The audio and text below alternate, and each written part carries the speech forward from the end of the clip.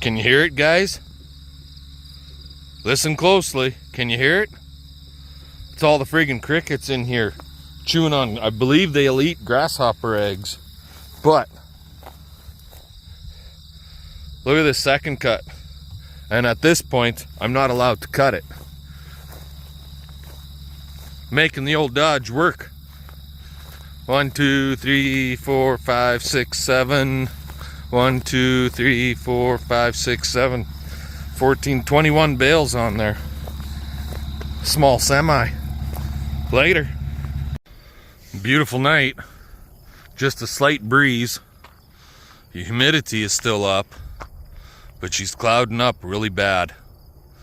I'm almost glad that I didn't do a shitload of cutting today. I'm also glad that we got everything baled off that needed to be baled. But that one right there, he's looking like if he comes this way,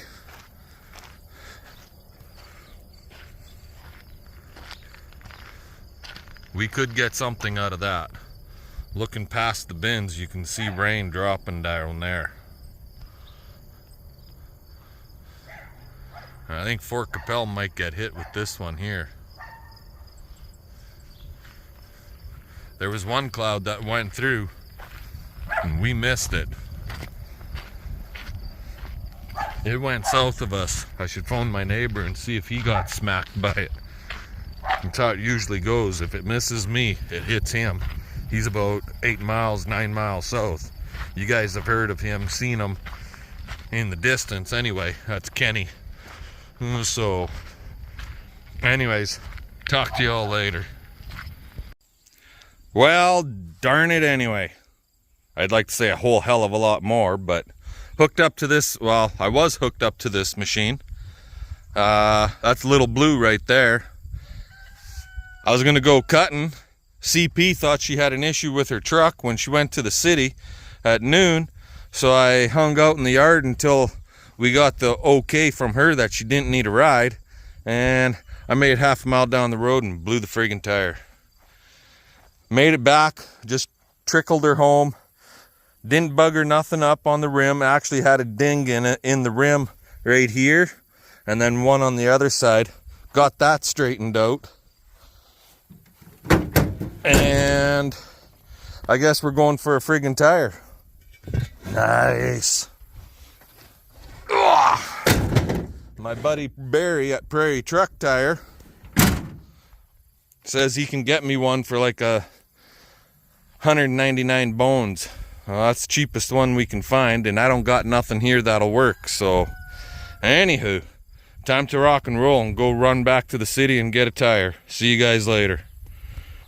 Well, we're in the city here, guys. Remember I said a while back about Prairie Truck Tire Service here in Regina? Well, Barry's retiring in October and his business is gonna be for sale. So anybody that's interested in becoming a tire man, you gotta get a hold of them. Days are numbered. They're only... Basic truck is sold though. The basic truck is sold? Yeah, the truck is sold. The it's already done? Yeah. Okay. Well, there you go. Now you know the truck is sold. Truck and equipment on the inside is now sold. But there's a lot of stuff here that yet to go. So he's got the tire here for us for the CP's hay bine.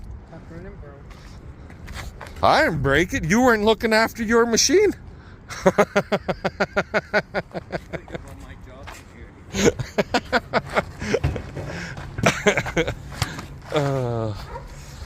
You want this on here? Yes, please.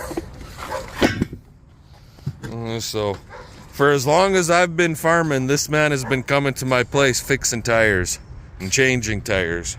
How long has that been? Must be 35 years. Since 95. Yeah. 28 years. Pardon? 28 years. 28 years. That's how long you've been, that we've known each other. Yeah. So. Good, bad, cold, warm, hot, mosquitoes. Mosquitoes. I'm glad I didn't charge me extra for mosquitoes. Yeah, exactly. Yeah. But This is the only guy that I know. Remember that McCormick tire that you vulcanized in the field? Yeah. That tire lasted for about 8 years after that. Okay. So, yeah. And you didn't figure it was gonna last then. You weren't sure if it would or not. It was kind of an experiment back then. Oh, okay. You made it work. It lasted. Sometimes you gotta think outside the box too. That's what I'm told. Yeah. And my wife went and got pigs, and today I got to spend like an hour and a half chasing the little bastard. Those pigs are going to send me to the funny farm. That's what I say. Did you see how much it is at Superstore on sale? $6.99 a pound for bacon. Yeah. So when you coming over for a bunch of bacon and pork? Oh, I don't know. We'll have to have a pig roast. Okay, we're going to get busy with getting this tire swapped over, and we'll bring you guys back. Well, there it is. A brand new tire for CP's haybine. Now she can get to work. Barry's just figuring out the bill. And for all of my Facebook friends, we found ourselves a tire for my combine. So we'll be getting that put on the combine here in the near future. I got to get that sucker started up and pull it up to the shop so we can get the tire off of it. But I imagine this will be about $9,564.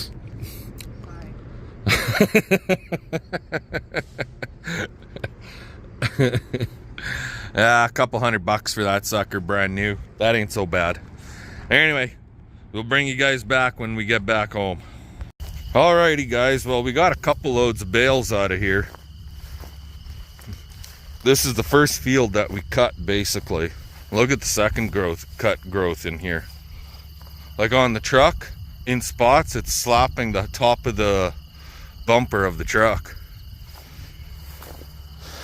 But we're not allowed to cut it for second cut. Landlord doesn't want me cutting it. So, okay, I guess we're not gonna cut it then, right? We'll grab another load here tonight and get these home. Now that that tire's fixed on the haybine, we'll the plan is to be cutting tomorrow on that green feed oats 8 miles away at the other farm. So I'm gonna get these loaded up and we'll bring you guys back later. Alrighty. Just tried to clean my windows and just made a mess of them. Well, there's like 7 small bales left out here. 7 or 8.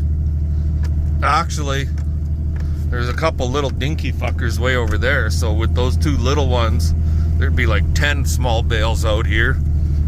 And then just about 80, like 10 more to grab. This is 60 bales home now. And then 10 more would be 70. And then like 80 some big bales to get home. But I'm hoping that some of these bales are sold and sold directly out of the field. So let's get this load home and get it unloaded and get ready for tomorrow. It's unfortunate we can't cut this because even with the trampling I'm doing, it'll still run like probably a bale and a half an acre for how heavy it is, but whatever. Talk to you guys tomorrow. How's it going, guys? It's still morning, believe it or not, but it's like 11:30. And we're finally, well, there's the haybine with the new tire on it, and we're finally leaving the yard with the haybine. Had fog here so bad this morning, it was down to like 150 yards visibility, maybe 100 to 150. I couldn't see the trees on the neighbor's pasture across the road, like the ones closest to our place. We couldn't see the trees for the fog. Barely see the damn shop as far as that goes, and it's only about 75, 80 yards. And I was at 5:30, quarter to 6. The dew finally burned off. Well, I'll turn you around. It's still kind of dewy, hazy. There, you can see it. It's still not clear. She's overcast and dewy, hazy. Just a shitty.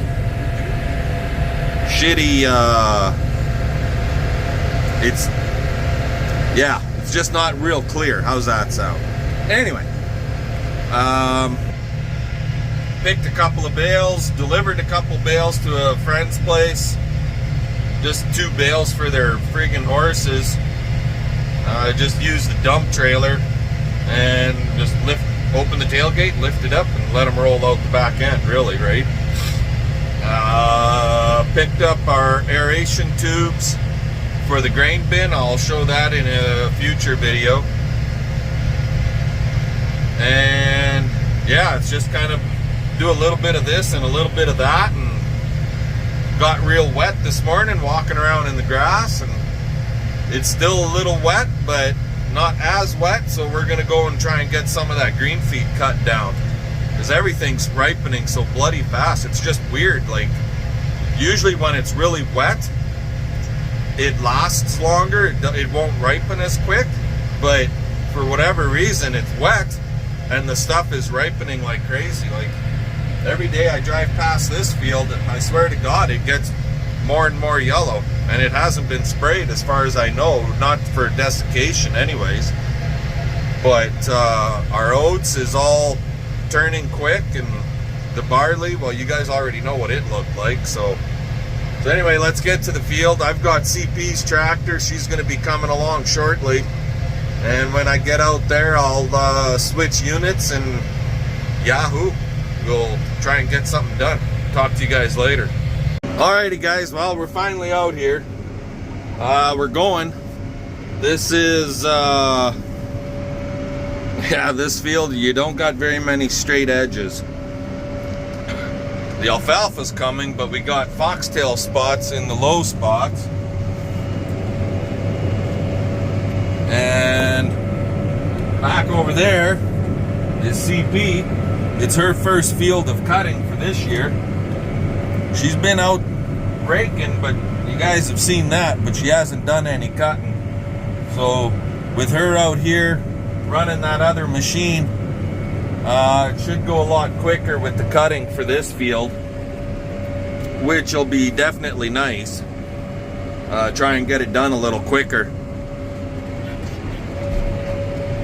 But yeah, she's a hilly field, and it's zigzaggy this way, that way. And yeah, it's just the way things go, right? So we're cruising along about 5.5 miles an hour. So with 2 machines, it shouldn't take too long to get a whack of stuff cut down, providing we're not broke down too often. Changing guards, changing sickles. It should be pretty good. We'll probably end up having to stop, change a couple of guards on either 1 or 2 of the machines, either one of them, and a couple of sickles, but hopefully that's the only issues we have here today. So I'm gonna let you guys go, and we're gonna keep on trugging here, trying to get this stuff cut down. So this is green oats. The opening rounds have a hint of green, well, supposed to be green barley, but yellow barley. Oh, what's that? Fucking rocks right there.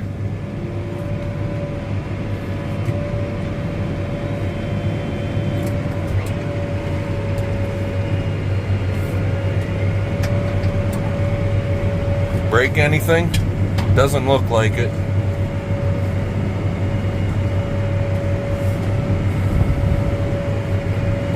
But anyway, it's green oats, green barley, and an alfalfa grass mix. So it'll still make a nice feed. So let's get her done. Talk to you later. Alrighty guys and gals, friends and neighbors of all ages and all races. Well, we're on number 1, 2, 3, 4, 5, 6. CP's on 7. And then there's one more round after that. I'll pick up that next round. But this type of field, like that whole end over there, that's all wrapped up now. Like, by the time you do 8 rounds on this field, you've pretty much cut it into 6 pieces. So we've had a few issues, broken sickles, broken guards. There was something, with CP's machine, it wasn't, she could hear a knocking type noise. She couldn't figure out what the hell it was. It ended up being the goddamn bolts loosened off on a couple of guards. Had to snug everything up.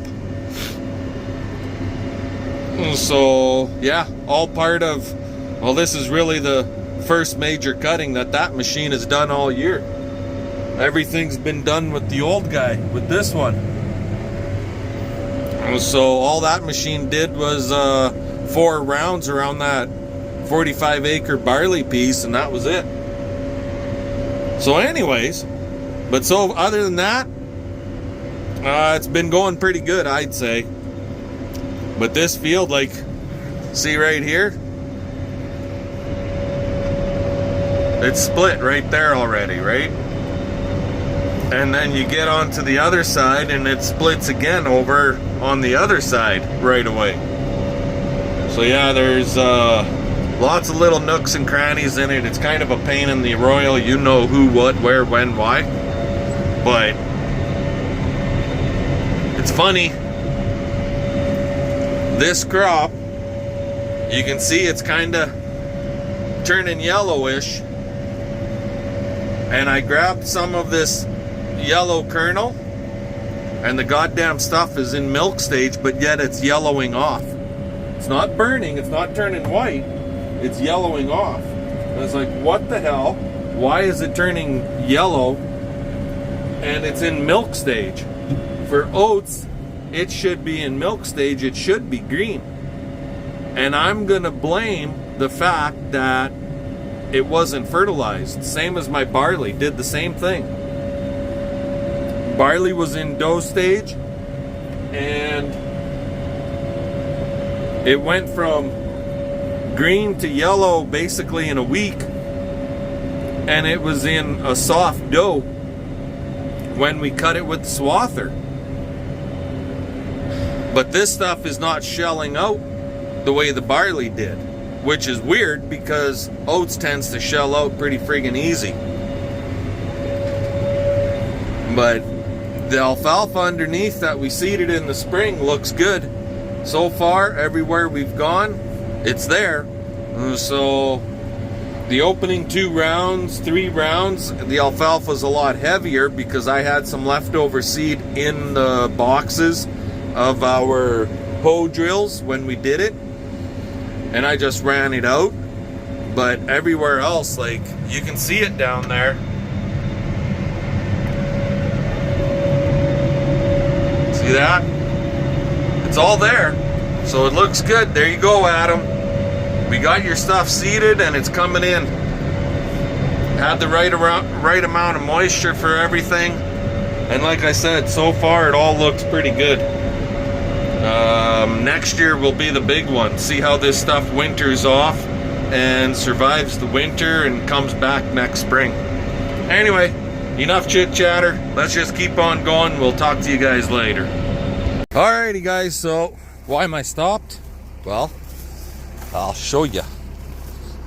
You gotta be careful when you're cutting in the hills, because sometimes you get one of those on your table and you don't want that sumbitch going into the crimpers up there. Fucking rocks. Ugh. But looky, looky. The alfalfa I seeded and the grass is coming. So that's 2 fields of alfalfa grass that I seeded this year on a hope and a prayer. And it worked out just about perfect for us. And if you look out here, you can actually see the rows, and that's from the alfalfa that was still in my seed boxes. See that? You can see rows of alfalfa even. And that's because I had some seed left over from when we put it down with the oats and barley and peas at home.